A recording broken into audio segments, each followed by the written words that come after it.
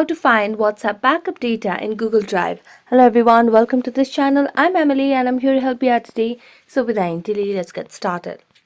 Now first of all, launch the WhatsApp application and make sure that you tap on the three dotted lines at the top right corner.